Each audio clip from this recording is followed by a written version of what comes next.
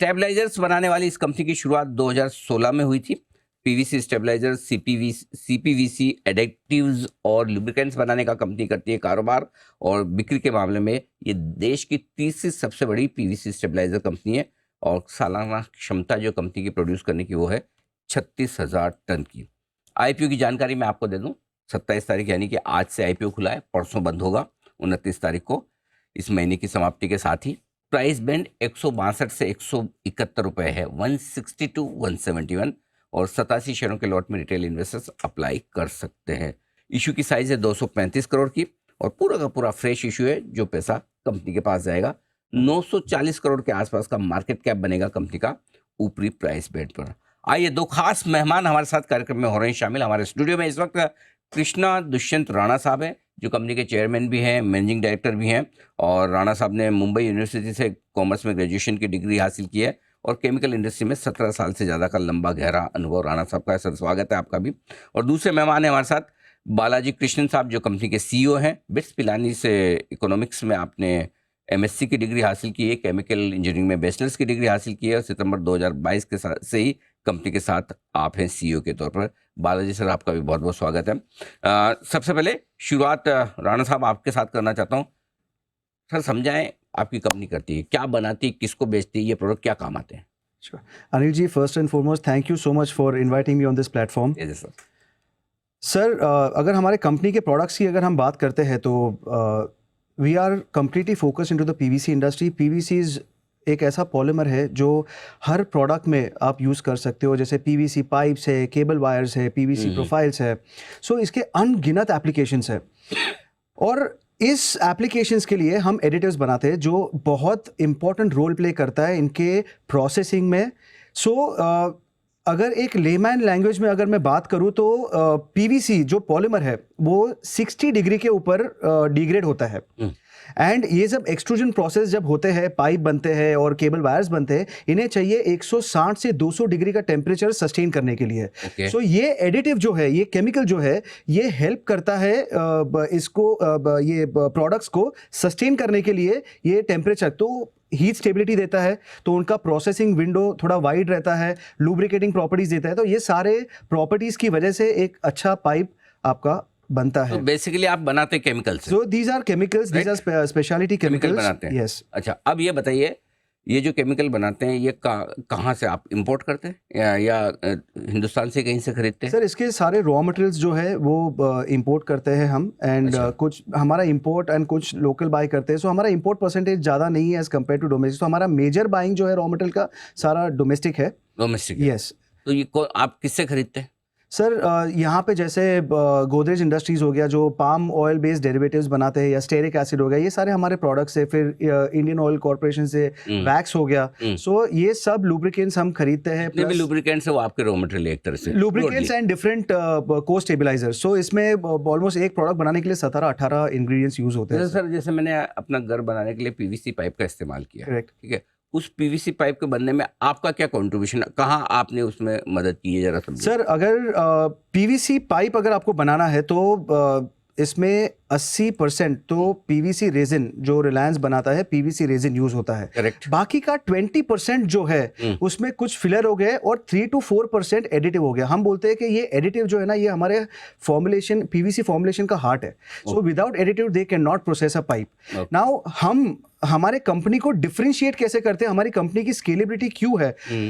अनिल जी, 100 साल से भी ज़्यादा कंट्री में लेड बेस्ड एक टॉक्सिक केमिकल पीवीसी पाइप के प्रोसेसिंग के लिए यूज़ होता था।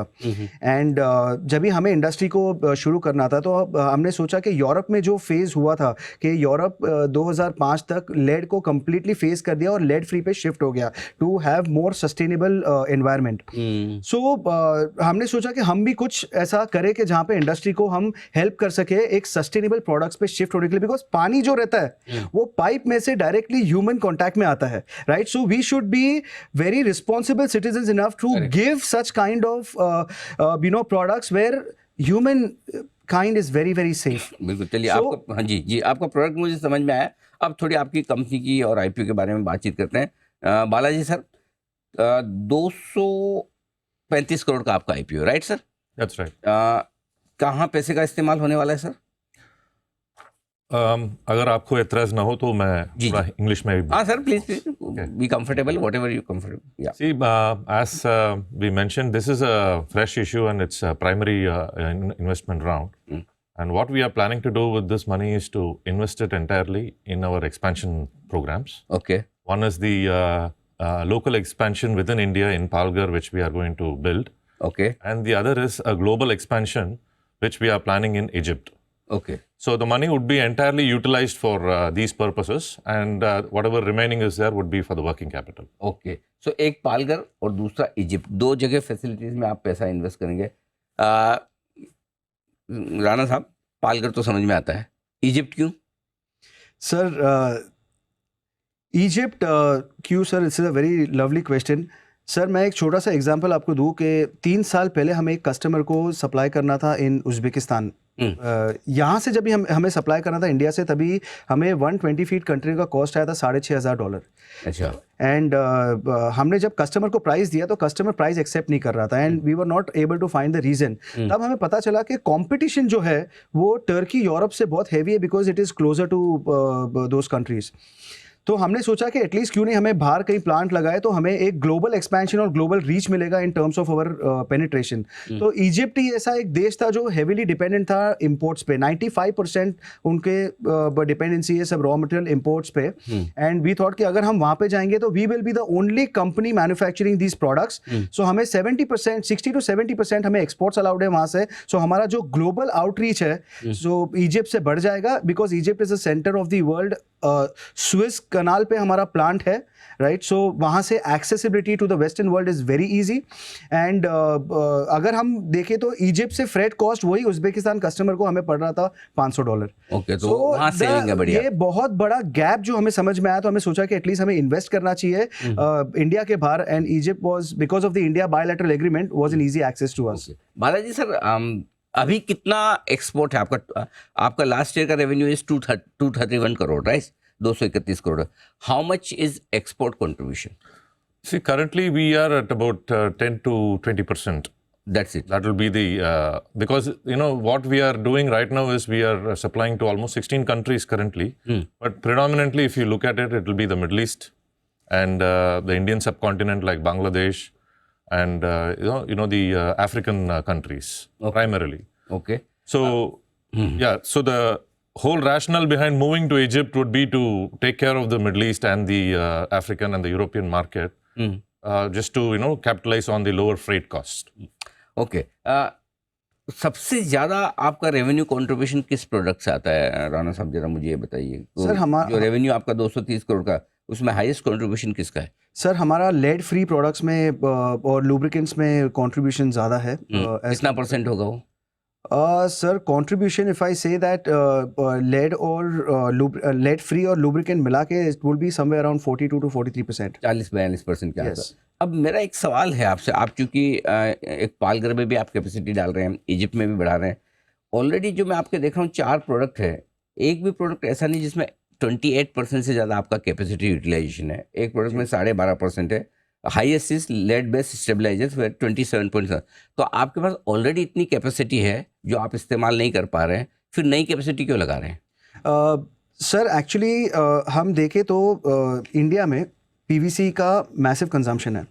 एंड ये पीवीसी, आई वुड रादर से कि 3.2 मिलियन टन्स पीवीसी इंडिया में लास्ट ईयर कंज्यूम हुआ है। और 3.2 मिलियन टन्स में से 75% is dependent upon the pipe sector. अब ये पाइप सेक्टर को एक पर्टिकुलर प्रोडक्ट फॉर्म चाहिए हमें, जो नॉन डस्टिंग प्रोडक्ट बोलते हैं, फ्लेक्स फॉर्म जो बोलते हैं हम, कि वो नॉन डस्टिंग है, पाउडर नहीं है। तो ये फ्लेक्स की कैपेसिटी अगर आप देखेंगे हमारी ये साल कंप्लीटली 85% यूटिलाइज हो गई है। सो अगर फ्लेक्स की कैपेसिटी देखें, डिफरेंशिएट करें, तो उसमें से फ्लेक्स इज 85% यूटिलाइज, और हम जो एक्सपेंशन कर रहे हैं वो फ्लेक्स का ही एक्सपेंशन कर रहे हैं, उसमें हम लोग मल्टीफोल्ड जा रहे हैं। तो उसके हम लोग हाईटेक मशीन्स ले रहे हैं और इन्वेस्टमेंट कर रहे हैं। एंड सेकेंडली हमारे जो करंट प्लांट है उसमें स्पेस का बड़ा कॉन्स्ट्रेंट है। तो अब जो नया प्लांट बना रहे हैं उसमें हम लोग वेयरहाउसिंग फैसिलिटी बहुत शानदार तरीके से बना रहे हैं, जहाँ पे स्पेस हम अच्छी तरीके से यूटिलाइज कर सके। तो ये दोनों एक्सपेंशन कब तक कंप्लीट होंगे आप? सर हमारा इंडिया का जो प्लांट है वो कमर्शियल प्रोडक्शन में आ जाएगा by January 2025, and Egypt will start by February March 2025।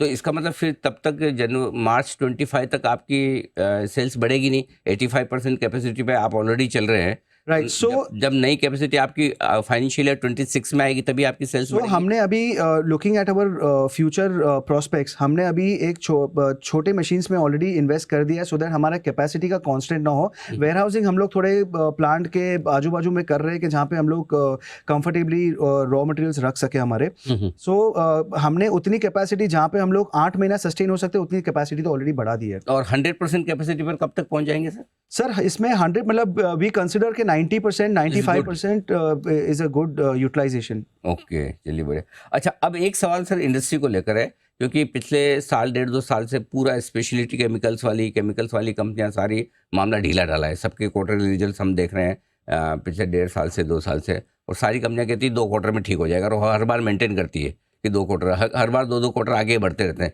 Segment का जो हाल है उसको लेकर आपका क्या कहना है, कब ये ठीक होगा? Sir as far as the speciality chemical segment, in fact chemical industry आप देखोगे तो आज की तारीख में $38 बिलियन की केमिकल इंडस्ट्री है, right? And by 2027 we are wishing that will reach by almost $52 billion. So यहाँ पे ग्रोथ तो है, बट खाली ग्रोथ कौन से इंडस्ट्री पे ज़्यादा डिपेंडेंट है वो इंपॉर्टेंट है इधर। सो यहाँ पे अगर हमारी इंडस्ट्री की बात करें तो we are more into a niche market. So जैसे मैंने आपको बताया 75% पाइप सेक्टर पे डिपेंडेंट है, तो ये जो 75% है बहुत 100 साल पहले से कंटिन्यूस लगातार लेड बेस्ड टेक्नोलॉजी पे पाइप बना रहे थे। 2016 में हमने मैन्युफैक्चरिंग प्लांट शुरू किया। 2018 में गवर्नमेंट गजेट ऑफ इंडिया का नोटिफिकेशन आया that India has to ban the usages of lead by 2026 in the pipe sector. जब ये नोटिफिकेशन आया, we were the only Indian company with the sizeable capacity. तो जब अभी एक तो करंट डिमांड है ये प्रोडक्ट की जो लेड पे थी, जो 30% शिफ्ट हो चुकी है, अभी 70% बाकी है शिफ्ट होना। तो ये जो 70% का जो ट्रांजिशन है उसके लिए हम कैपेसिटीज बिल्ड कर रहे हैं, प्लस जो उसका ग्रोथ रेट है आज की तारीख में 8 से 10% CAGR से बढ़ते जा रहा है, तो उसके लिए हम हमारी कैपेसिटीज बढ़ा रहे हैं। सो ये बेसिकली बहुत नीश मार्केट है and we are a heavily researched R&D company. So हमारे नए प्रोडक्ट्स आते रहेंगे। अगर इवन इफ हमारे पैट मार्जिन्स जो है स्टेबलाइज रहने के लिए, ठीक है, हम नए प्रोडक्ट्स लाते रहेंगे सर। अच्छा, एक और चीज, जो आपके टॉप 3 कस्टमर से 75% रेवेन्यू इनसे आ रहा है, तो कहीं ऐसा रिस्क नहीं कि अगर कोई एक आध कस्टमर हिल गया तो? सर मैंने आपको जैसे बताया कि जब ये नोटिफिकेशन आया, नॉर्मली क्या होता है sir, whenever a company is growing from small to big, तो सबसे पहले वो छोटे कस्टमर्स में एंटर होती है, फिर धीरे धीरे करके बड़े कस्टमर्स में एंटर होती है। हमारे कंपनी के साथ ऐसी अपॉर्चुनिटी रही है कि हम बड़े कस्टमर्स में, बिकॉज गवर्नमेंट का नोटिफिकेशन आया तो उनको इंडियन कंपनीज चाहिए थी कि कोई लोकल सप्लाई कर सके, तो उसमें हमें पेनिट्रेशन बड़े कस्टमर्स में जल्दी मिल गया, एंड अभी हम ऊपर से टॉप से बॉटम में जा रहे हैं सर। तो यहाँ पे जो स्केलेबिलिटी है, every 6 months to 8 months because of our increase in sales, dynamics change होते जा रहे हैं कि वो अभी 75 से 65 पे आ चुका है करंट ईयर में, अभी वो 65 से नीचे और कम आ रहा है। अच्छा राणा साहब, आखिरी सवाल आपसे, क्योंकि देखिए IPO के वक्त सारी कंपनियां अच्छी दिखती भी है, सब कुछ वैल्यूएशन वगैरह के हिसाब से भी सब बढ़िया दिखता है। अब मैं जो एक चीज़ समझना चाहता हूं आपकी कंपनी को लेकर, क्योंकि लोगों को ये लगता है कि इस सेगमेंट को लेकर जो इशू है केमिकल को लेकर, लोगों को स्पेशलिटी केमिकल वाली चीज़ें कम समझ में आती है, तो क्या चीज़ ऐसी है जो आपकी कंपनी के लिए सबसे बड़ा ट्रिगर हो सकती है? पॉजिटिव ट्रिगर क्या हो सकता है जिसकी वजह से इन्वेस्टर सोचे कि नहीं यार ये अच्छी कंपनी है, अलग कंपनी है? सर अगर आप सारे पाइप सेक्टर, केबल सेक्टर्स को देखोगे तो उनके जो वैल्यूएशंस है, उनकी जो ग्रोथ स्टोरी है, it has been phenomenal. Plus government जो अभी इनिशिएटिव्स ला रहा है कि हर घर जल योजना, ठीक है, जिससे पानी हर घर में जाना चाहिए, so this is a positive impact. आपको बड़ा तो वहाँ पे जैसे जैसे पाइप के ऑर्डर बढ़ेंगे आपका काम बढ़ेगा, केबल के ऑर्डर, कंस्ट्रक्शन इंडस्ट्री बढ़ती जा रही है, वैसे हमारे ऑर्डर्स बढ़ते जाएंगे। सेकेंडली, आज हम PVC के ऊपर फोकस कर रहे हैं, बट हम सारे पॉलीएल्फिन सेक्टर में आने वाले साल में जाएंगे। अच्छा, एक चीज और आई है, 2016 में आपकी कंपनी की शुरुआत, ज्यादा पुरानी नहीं है, ये आइडिया कहाँ से आया इस बिजनेस का आपको? सर हमारा जो ये प्रोडक्ट डेवलपमेंट है, ये एक साइंटिस्ट जो वर्ल्ड के रिनाउंड साइंटिस्ट है, डॉक्टर माइकल शिलर, ओके, वो ये सारा R&D करते हैं, and he is a global authority in this sector. So यहाँ उनके जो नो हाउ है ठीक है, वो हमारे पिछले 1 डेकेड से हमारे लैब में ट्रांसफ़र हो रहे हैं in terms of developing new products.